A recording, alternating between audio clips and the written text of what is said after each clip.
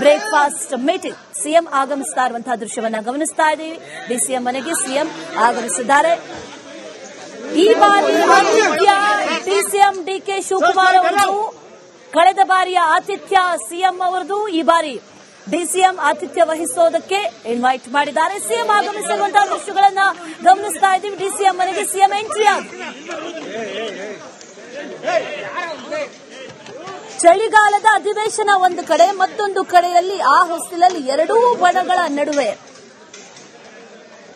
ಸಮನ್ವಯತೆ ಇಲ್ಲದೆ ಹೋದಂತಹ ಸಂದರ್ಭದಲ್ಲಿ ಪಕ್ಷಕ್ಕೆ ಬಹಳ ದೊಡ್ಡ ಡ್ಯಾಮೇಜ್ ಆಗುತ್ತೆ ಅನ್ನುವಂಥದ್ದನ್ನ ಅರಿತಂತ ಹೈಕಮಾಂಡ್ ಒಂದು ಸೂಚನೆಯನ್ನ ಕೊಟ್ಟು ಆ ಸೂಚನೆಯನ್ನ ಪಾಲನೆ ಮಾಡ್ತಾ ಇರುವಂತಹ ಸಿಎಂ ಡಿಸಿಎಂ. ಅದರ ಭಾಗವಾಗಿ ಈ ಬ್ರೇಕ್ಫಾಸ್ಟ್ ಮೀಟಿಂಗ್ ಸಿಎಂ ಹಾಗೂ ಡಿಸಿಎಂ ಮುಖಾಮುಖಿಯಾಗಿ ವೆಲ್ಕಮ್ ಮಾಡಿಕೊಂಡ್ರು. ಇನ್ನು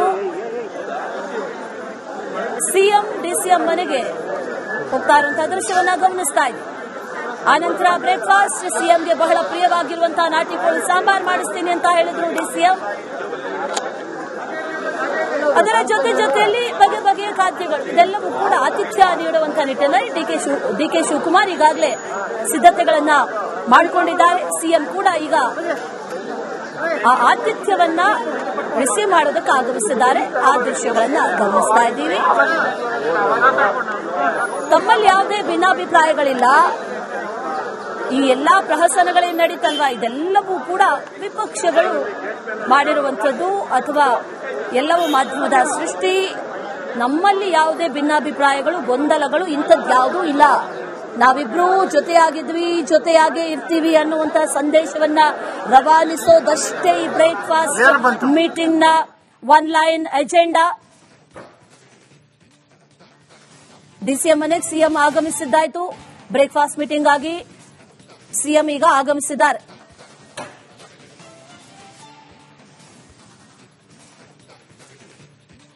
ನಾಟಿ ಕೋಳಿ ಬ್ರೇಕ್ಫಾಸ್ಟ್ ಇವತ್ತು ಡಿಕೆ ಶಿವಕುಮಾರ್ ಮನೆಯಲ್ಲಿ ಮೆನು. ಡಿಸಿಎಂ ಮನೆಗೆ ಆಗಮಿಸಿದ್ದಾರೆ ಸಿಎಂ ಸಿದ್ದರಾಮಯ್ಯ.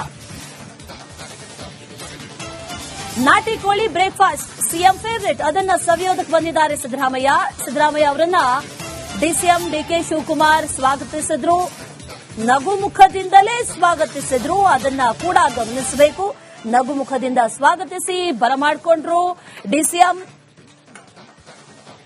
ಅಧಿವೇಶನ ಪ್ರಮುಖ ಎಜೆಂಡಾ. ಅಧಿವೇಶನದಲ್ಲಿ ವಿಪಕ್ಷಗಳ ಬಾಯಿಗೆ ಆಹಾರ ಆಗಬಾರದು, ವಿಪಕ್ಷಗಳ ಬಾಯಿಯನ್ನ ಮುಚ್ಚಿಸಬೇಕು ಅನ್ನುವಂತ ನಿಟ್ಟಿನಲ್ಲಿ ನಡೀತಾ ಇರುವಂತಹ ತಯಾರಿಗಳು, ನಡೀತಾ ಇರುವಂತಹ ವೇದಿಕೆ ಇದು ಬ್ರೇಕ್ಫಾಸ್ಟ್ ಮೀಟಿಂಗ್ ಅನ್ನುವಂಥದ್ದು. ಡಿಸೆಂಬರ್ 19ರವರೆಗೂ ಕೂಡ ಅಧಿವೇಶನ ನಡೆಯುತ್ತೆ. ಅಲ್ಲಿವರೆಗೂ ಕೂಡ ಈ ಒಗ್ಗಟ್ಟಿನ ಪ್ರದರ್ಶನ ಇಬ್ಬರಿಂದಲೂ ಕೂಡ ನಡೆಯುತ್ತೆ ಅನ್ನುವಂಥದ್ದಂತೂ ಖಚಿತ. ಅದರ ನಂತರದಲ್ಲಿ ಏನಾಗುತ್ತೆ ಅನ್ನೋ ಕುತೂಹಲ ಸದ್ಯಕ್ಕಿದೆ. ಆ ಕುತೂಹಲದ ನಡುವಿನಲ್ಲಿ ನಡೀತಾ ಇರುವಂತಹ ಬ್ರೇಕ್ಫಾಸ್ಟ್ ಮೀಟಿಂಗ್.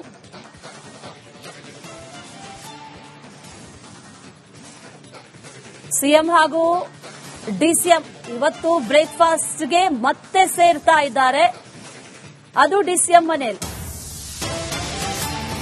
ಕುತೂಹಲ ಕೆರಳಿಸಿದೆ. ಈಗ ಸಿಎಂ ಡಿಸಿಎಂ ಬ್ರೇಕ್ಫಾಸ್ಟ್ ರಾಜಕೀಯ ನಾಯಕರು ಸೇರ್ತಾರೆ ಅಂತಂದ್ರೆ ಅಲ್ಲಿ ಚರ್ಚೆ ಎಲ್ಲವೂ ಆಗುತ್ತೆ. ಆದ್ರೆ ಅದೆಲ್ಲವನ್ನು ತಳ್ಳಿ ಹಾಕ್ತಾರೆ. ಅಂತದ್ದೇನಿಲ್ಲ, ನಾವು ಬರೀ ಬ್ರೇಕ್ಫಾಸ್ಟ್ ಅಷ್ಟೇ ಸೇರಿದ್ದು ಅಂತ ಹೇಳಿದ್ರು ಕೂಡ ಮೆನು ಬಹಳ ಕುತೂಹಲಕಾರಿಯಾಗಿದೆ. ಚರ್ಚೆಯ ಜೊತೆಗೆ ನಾಟಿ ಕೋಳಿ ಖಾದ್ಯವನ್ನ ಸಿಎಂ ಹಾಗೂ ಡಿಸಿಎಂ ಈಗ ಸವಿತಾ ಇದ್ದಾರೆ. ಬೆಳಗ್ಗಿನ ಉಪಹಾರ ಇವತ್ತು ನಾಟಿ ಕೋಳಿ ಸಾರು, ಇಡ್ಲಿ, ನಾಟಿ ಕೋಳಿ ಫ್ರೈ. ಡಿಸಿಎಂ ಮನೆಯ ಮೆನು. ಡಿಸಿಎಂ ಮನೆಗೆ ಸಿಎಂ ಆಗಮಿಸಿದ್ರು. ಬ್ರೇಕ್ಫಾಸ್ಟ್ಗಾಗಿ ಇನ್ವೈಟ್ ಮಾಡಿದ್ದು ಮೊದಲು ಬ್ರೇಕ್ಫಾಸ್ಟ್. ಆ ನಂತರದಲ್ಲಿ ರಾಜ್ಯದಲ್ಲಿ ಈಗಾಗಲೇ ಬಹಳ ಕುತೂಹಲಕ್ಕೆ ಕಾರಣ ಆಗಿರುವಂತಹ ಒಂದಷ್ಟು ಈ ಸಿಎಂ ಬದಲಾವಣೆಯ ಚರ್ಚೆಗಳು. ಆ ಚರ್ಚೆ ವಿಚಾರ ಪ್ರಸ್ತಾಪ ಮಾಡೋದಂತೂ ಪಕ್ಕಾ ಡಿಸಿಎಂ. ಆದ್ರೆ ಯಾವ ರೀತಿಯಲ್ಲಿ ಪ್ರಸ್ತಾಪ ಮಾಡ್ತಾರೆ ಅನ್ನೋದೀಗ ಕುತೂಹಲ. ಯಾವೆಲ್ಲ ವಿಚಾರಗಳ ಬಗ್ಗೆ ಪ್ರಸ್ತಾಪ ಆಗತ್ತೆ.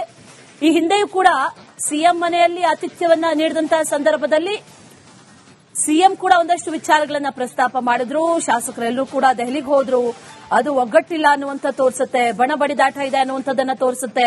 ಜೊತೆಯಲ್ಲಿ ವಿಪಕ್ಷಗಳಿಗೂ ಕೂಡ ಇದು ಆಹಾರ ಆಯಿತು, ಇಂಥದ್ದು ನಡಿಬಾರ್ದಿತ್ತು, ಇಂಥ ಬೆಳವಣಿಗೆಗಳು ಪಕ್ಷಕ್ಕೆ ಮಾರಕ ಅನ್ನುವಂಥದ್ದು ಒಂದು, ಜೊತೆಗೆ ಪರಿಸ್ಥಿತಿ ಮತ್ತಷ್ಟು ಬಿಗಡಾಯಿಸುತ್ತೆ ಅನ್ನುವಂಥದ್ದನ್ನ ಕೂಡ ಪ್ರಸ್ತಾಪ ಮಾಡಲಾಯಿತು. ಆ ನಂತರದಲ್ಲಿ ಡಿಕೆ ಶಿವಕುಮಾರ್ ಕೂಡ ತಮಗೆ ಇದ್ದಂತಹ ಅಸಮಾಧಾನವನ್ನ ಸಿಎಂ ಮುಂದೆ ತೋಡ್ಕೊಂಡ್ರು.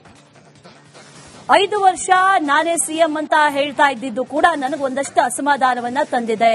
ಅದರ ಜೊತೆಯಲ್ಲಿ ತಮ್ಮದೇ ಪಕ್ಷದ ಶಾಸಕರು, ಸಚಿವರು ಇದನ್ನ ಮತ್ತೆ ಮತ್ತೆ ಹೇಳ್ತಾ ಇದ್ದಿದ್ದು ಕೂಡ ಬಹಳ ನೋವುಂಟು ಮಾಡಿದೆ. ಮೊದಲೇ ನಿರ್ಧಾರ ಆದಂತಹ ನಿಟ್ಟಿನಲ್ಲಿ ಈ ಅಧಿಕಾರ ಹಸ್ತಾಂತರ ವಿಚಾರ ಏನಿದೆ ಅದನ್ನ ನಾವೇ ಬಗೆಹರಿಸಿಕೊಳ್ಳಬೇಕು ಅನ್ನುವಂತ ನಿಟ್ಟಿನಲ್ಲೂ ಕೂಡ ಮೊದಲ ಮೀಟಿಂಗ್ನಲ್ಲಿ, ಬ್ರೇಕ್ಫಾಸ್ಟ್ ಮೀಟಿಂಗ್ನಲ್ಲಿ ಮಾತುಕತೆಗಳಾದವು. ಇವತ್ತು ಈ ಬ್ರೇಕ್ಫಾಸ್ಟ್ ಮೀಟಿಂಗ್ ಅಲ್ಲಿ ಯಾವೆಲ್ಲ ವಿಚಾರ ಚರ್ಚೆ ಆಗುತ್ತೆ, ಜೊತೆಗೆ ಈ ಅಧಿಕಾರ ಹಸ್ತಾಂತರ ವಿಚಾರಕ್ಕೆ ಸಂಬಂಧಪಟ್ಟಂತೆ ಡಿಸಿಎಂ ಅದನ್ನ ಯಾವ ರೀತಿಯಲ್ಲಿ ಪ್ರಸ್ತಾಪ ಮಾಡ್ತಾರೆ ಅನ್ನೋ ಪ್ರಶ್ನೆ ಈಗ ಸದ್ಯಕ್ಕಿದೆ. ಹೈಕಮಾಂಡ್ ನಾಯಕರು ಇಬ್ಬರನ್ನು ಕರೆಸ್ತಾರೆ, ಇಬ್ಬರನ್ನು ಕೂರಿಸಿ ಮಾತುಕತೆಗಳನ್ನ ನಡೆಸ್ತಾರೆ, ಸೂಕ್ತ ನಿರ್ಣಯವನ್ನ ನೀಡ್ತಾರೆ ಅನ್ನುವಂತ ಎಕ್ಸ್ಪೆಕ್ಟೇಷನ್ಸ್ ಇತ್ತು.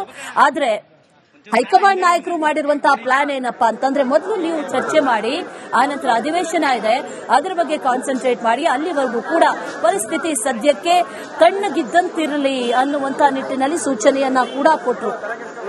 ಆಡಳಿತ ಪಕ್ಷದಲ್ಲಿ ನಡೀತಾ ಇರುವಂತಹ ಬೆಳವಣಿಗೆಗಳು ಯಾವುದೂ ಕೂಡ ಪೂರಕವಾಗಿಲ್ಲ ಅನ್ನುವಂಥದ್ದನ್ನ ಅರಿತಂತಹ ಹೈಕಮಾಂಡ್ ನಾಯಕರು ಸೂಚನೆಯನ್ನ ಕೊಟ್ಟ ನಂತರದಲ್ಲಿ ಬ್ರೇಕ್ಫಾಸ್ಟ್ ಮೀಟಿಂಗ್ ಮೊದಲನೆಯದಾಗಿ ನಡೆಯಿತು. ಆ ನಂತರದಲ್ಲಿ ಡಿಸಿಎಂ ಮನೆಯಲ್ಲಿ ಇವತ್ತು ಆತಿಥ್ಯ, ಈಗಾಗಲೇ ಸಿಎಂ ಬಂದ್ರು, ಅದರ ಜೊತೆಯಲ್ಲಿ ಮೆನು ರೆಡಿ ಇದೆ, ಜೊತೆಗೆ ಉಪಹಾರವನ್ನ ಕೂಡ ಸೇವಿಸೋದಕ್ಕೆ ಈಗ ಆರಂಭಿಸಿದ್ದಾರೆ ಅನ್ನುವಂತ ಮಾಹಿತಿ ಸದ್ಯಕ್ಕೆ ಸಿಗ್ತಾ ಇದೆ.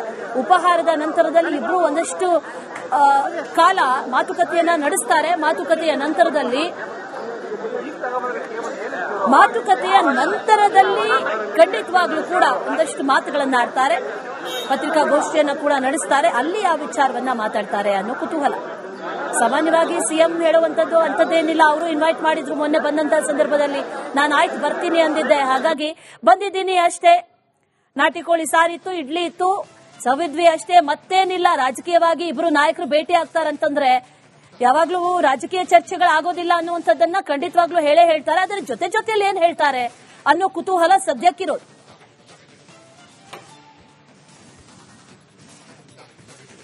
ನಮ್ಮಿಬ್ಬರ ಮಧ್ಯೆ ಎಲ್ಲವೂ ಸರಿಯಾಗಿದೆ ಅನ್ನುವಂಥದ್ದನ್ನ ತೋರಿಸಿಕೊಳ್ಳುವಂತಹ ನಿಟ್ಟಿನಲ್ಲಿ ಒಂದಷ್ಟು ಕಸರತ್ತುಗಳು ನಡೀತಾ ಇದೆ.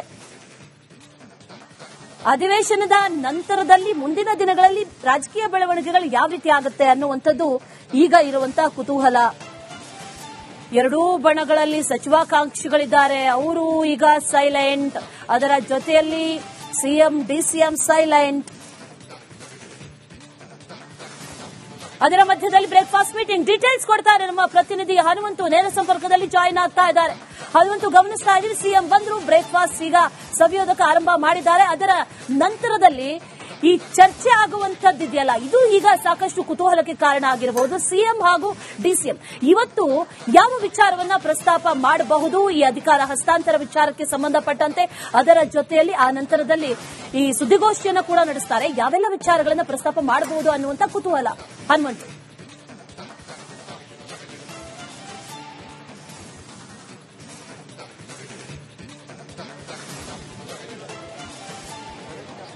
ಅಶ್ವಿನಿ, ಕಾಂಗ್ರೆಸ್ ಹೈಕಮಾಂಡ್ ಸೂಚನೆಯ ಕೊಡೋವರೆಗೂ ಮತ್ತು ಅಲ್ಲಿಂದ ಕರೆ ಮಾಡಿ ಬನ್ನಿ ಅನ್ನೋವರೆಗೂ ಕೂಡ ದೆಹಲಿಗೆ ಇಬ್ಬರು ಕೂಡ ಹೋಗುವ ಲಕ್ಷಣಗಳು ಕಾಣಿಸ್ತಾ ಇಲ್ಲ. ಆದರೆ ಇಬ್ಬರ ನಡುವೆನೂ ಕೂಡ ಒಗ್ಗಟ್ಟಿದೆ, ಒಗ್ಗಟ್ಟಿನ ಜಪ ಮಾಡುವ ಅನಿವಾರ್ಯತೆ ಸಿಎಂ ಸಿದ್ದರಾಮಯ್ಯ, ಡಿಸಿಎಂ ಡಿಕೆ ಶಿವಕುಮಾರ್ ಅವರಿಗೆ ಇಬ್ಬರಿಗೂ ಇದೆ. ಅದೇ ಕಾರಣಕ್ಕಾಗಿನೇ ಬ್ರೇಕ್ಫಾಸ್ಟ್ ಮೀಟಿಂಗ್ ಮೊದಲಿಗೆ ಸಿಎಂ ಸಿದ್ದರಾಮಯ್ಯ ಅವರ ನಿವಾಸದಲ್ಲಿ ಆಯಿತು.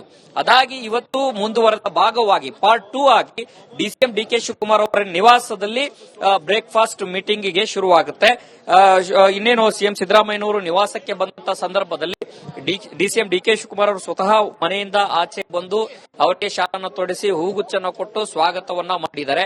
ಈ ವೇಳೆ ಡಿಕೆ ಸುರೇಶ್ ಅವರು ಕೂಡ ಉಪಸ್ಥಿತಿಯಲ್ಲಿದ್ರು, ಹಾಗೆ ಶಾಸಕ ಕುಣಿಗಲ್ ರಂಗನಾಥ್ ಅವರು ಕೂಡ ಇಲ್ಲಿ ಉಪಸ್ಥಿತಿಯಲ್ಲಿದ್ರು. ಆದ್ರೆ ಟಿಫನ್ ಮಾಡುವಂತಹ ಸಂದರ್ಭದಲ್ಲಿ, ಬ್ರೇಕ್ಫಾಸ್ಟ್ ಮಾಡುವಂತಹ ಸಂದರ್ಭದಲ್ಲಿ ಎಲ್ಲರೂ ಕೂಡ ಇದ್ರೂ ಕೂಡ ರಾಜಕೀಯವಾಗಿ ಆಗುವಂತಹ ಒಂದಷ್ಟು ಮಾತುಕತೆಯ ಸಂದರ್ಭದಲ್ಲಿ ಇಬ್ಬರೇ ಇರುವಂತಹ ಎಲ್ಲಾ ಸಾಧ್ಯತೆಗಳು ಇದಾವೆ. ಯಾಕೆಂತಂದ ಹೇಳಿದ್ರೆ ಇಲ್ಲಿ ಚಳಿಗಾಲದ ಅಧಿವೇಶನ ಪ್ರಾರಂಭ ಆದಂತ ಸಂದರ್ಭದಲ್ಲಿ ಒಗ್ಗಟ್ಟಿನ ಜಪ ಅನಿವಾರ್ಯ. ಯಾಕಂತ ಹೇಳಿದ್ರೆ ಚಳಿಗಾಲದ ಅಧಿವೇಶನಕ್ಕೆ ಹೋಗುವಂತ ಸಂದರ್ಭದಲ್ಲಿ ನಾನೊಂದು ತೀರಾ ನೀನೊಂದು ತೀರಾ ಅಂತ ಹೋದ್ರೆ ಅದು ಸಹಜವಾಗಿ ಪ್ರತಿಪಕ್ಷಗಳಿಗೆ ದೊಡ್ಡ ಆಹಾರ ಆಗುತ್ತೆ. ಮತ್ತೊಂದು ಕಡೆಗೆ ಅಲ್ಲಿ ಪಾರ್ಲಿಮೆಂಟ್